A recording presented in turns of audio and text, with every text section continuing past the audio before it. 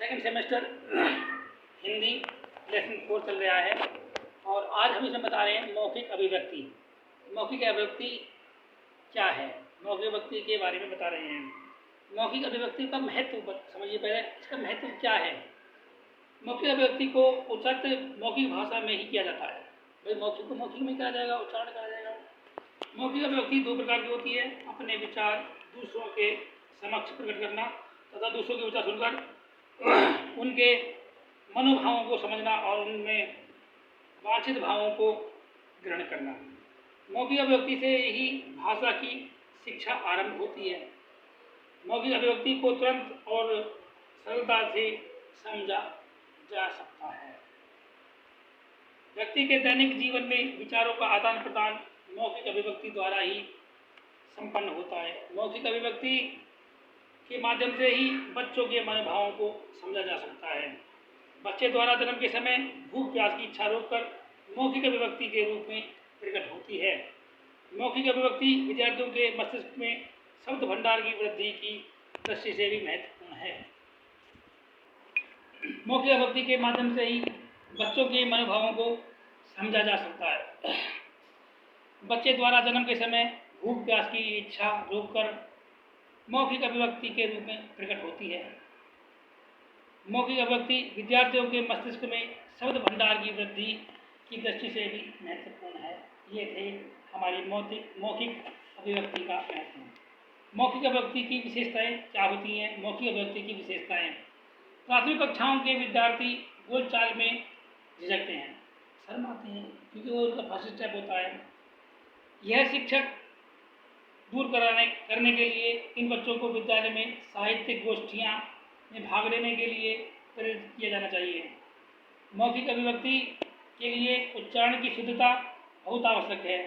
बच्चों को प्रारंभ से ही शुद्ध उच्चारण के लिए प्रेरित करना चाहिए। बच्चों को मौखिक अभिव्यक्ति के लिए व्याकरण का ज्ञान होने के साथ साथ भाषा की शुद्धता के लिए प्रशिक्षण देना चाहिए। भाषा की शुद्ध होना चाहिए। अब मान लो बच्चा तोतला है तो उसकी भाषा शुद्ध कैसे हो जाएगी? तो इसलिए वो दोष है उस बच्चे में ही, तो वो नहीं होता। लेकिन जो उच्चारण है उनको शुद्ध करना चाहिए जहाँ तक संभव हो सके। बच्चों को मौखिक अभिव्यक्ति के लिए व्याकरण का ज्ञान होने के साथ साथ भाषा की शुद्धता के लिए प्रशिक्षण देना चाहिए। मौखिक अभिव्यक्ति के लिए भाषा शुद्ध तो होनी चाहिए और वह सशक्त तथा महत्वपूर्ण भी होनी चाहिए। मौखिक अभिव्यक्ति के अंतर्गत विद्यार्थियों के स्वर के उतार चढ़ाव, ध्वनि अभिव्यक्ति की गति प्रवाह के साथ साथ बोलते समय उचित भाव भंगिमा भी होनी चाहिए। मुख मुद्रा संयत होनी चाहिए। अभिव्यक्ति में वाक्यों की क्रमबद्धता भी होनी चाहिए। वाणी ओजस्वी होनी चाहिए। भाषा का प्रयोग परिस्थिति के अनुसार होना चाहिए। शांत परिस्थिति में भाव शांत तथा करुण परिस्थिति में भाषा करुणापूर्ण और श्रृंगार से परिपूर्ण परिस्थिति में भाषा साज श्रृंगार युक्त होनी चाहिए। अभिव्यक्ति की भाषा अवसर के अनुकूल होनी चाहिए। यदि किसी विद्वान से वार्ता करनी हो तो भाषा विद्वतापूर्ण होगी और गंभीरता, सरलता, ह्रास, परिहास, ओजस्विता, अवसरानुकूल एवं जिनसे वार्ता करनी हो उनके अनुकूल ही होनी चाहिए। ये नहीं कि आप अपने बड़ों के आगे बैठे हैं और गुस्से में बात कर रहे हैं, इस प्रकार की नहीं होनी चाहिए। जहाँ क्रोध है तो क्रोध वाली होनी चाहिए, जहाँ शांत है तो शांत वाली, और विद्वानों में विद्वता की होनी चाहिए। अभिव्यक्ति में शिष्ट भाषा का उपयोग ही किया जाना चाहिए। संबोधन सदैव आप का ही होना चाहिए। मतलब आप सबसे आप संबोधन करेंगे, ये नहीं कि ए क्या कर रहा है, आप कह करके उसे संबोधन करेंगे। अंत में धन्यवाद अथवा अन्य शिष्टाचारयुक्त शब्द का उपयोग अवश्य करना चाहिए। आप कोई बात करी तो उसको धन्यवाद दिया, ये नहीं है कि ठीक है भाई, हाँ ठीक है, ओके बाय सीन, ये नहीं होना चाहिए। धन्यवाद उसको कहना चाहिए। भाषा मधुर तथा शीतल होनी चाहिए। कटुता अथवा कर्कशता से सदैव बचना चाहिए। ये थे हमारे मौखिक अभिव्यक्ति की विशेषताएं। लिखित अभिव्यक्ति का अर्थ संक्षेप में हम बता रहे हैं और महत्व बता रहे हैं इसका। अपने भावों तथा विचारों को लिखकर व्यक्त करने को लिखित अभिव्यक्ति कहते हैं। लिख करके हम जो भाव प्रकट करते हैं उसे लिखित कहते हैं। मौखिक अभिव्यक्ति में उच्चारण को उसकी आत्मा माना गया है, जबकि लिखित अभिव्यक्ति की रचना दो आधारों से हुई है। प्रथम वर्तनी तथा द्वितीय व्याकरण पर आधारित वाक्य रचना। यह अभिव्यक्ति उच्च प्राथमिक कक्षाओं में आरंभ होती है तथा माध्यमिक स्तर पर इसका विकास होता है। बच्चा ध्वनि लिपि का ज्ञान प्राप्त करने के बाद लिखित रचनाओं को लिखना प्रारंभ करता है।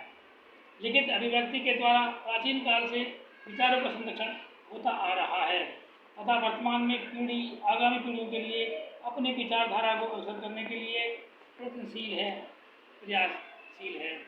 लिखित अभिव्यक्ति के अनेक रूप हैं, जैसे पत्र लेखन, निबंध लेखन, आत्मकथा लेखन, कहानी लेखन, नाटक लेखन आदि आदि बहुत सारे हैं।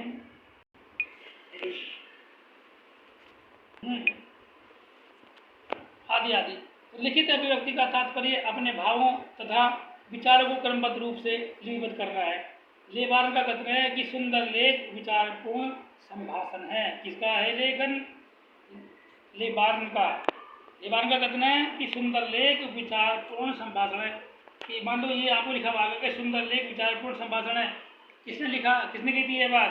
तो लेबार्न ने। तो लेबार्न का कथन है। लिखित अभिव्यक्ति का महत्व, मान्य विचारों की अभिव्यक्ति स्थायी रहे तथा अन्य व्यक्ति इसका अध्ययन कर सके, इसलिए लिखित अभिव्यक्ति अत्यंत महत्वपूर्ण है।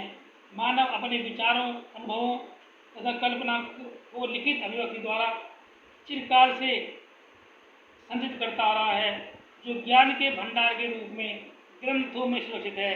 विद्यार्थी की शैक्षिक योग्यता का मूल्यांकन भी लिखित अभिव्यक्ति के द्वारा संभव होता है।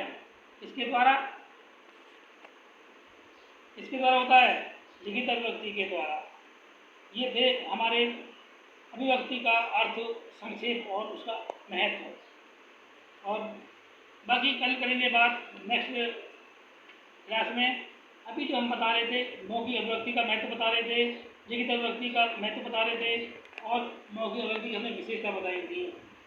ये आज का अभी जैसे हमारा खोरी चल रहा है द्वितीय सेमेस्टर वालों का, बाकी थोड़ा सा आप थोड़े करा रहे हैं और धीरे धीरे में चौथा चैप्टर पूरा होने की और अवसर है।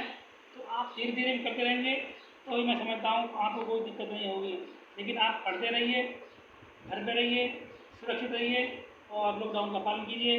लॉकडाउन भी अब 31 तारीख तक हो गया है, तो इसीलिए थोड़ा सा और संयम रखें, घर पर रहें, सुरक्षित रहें।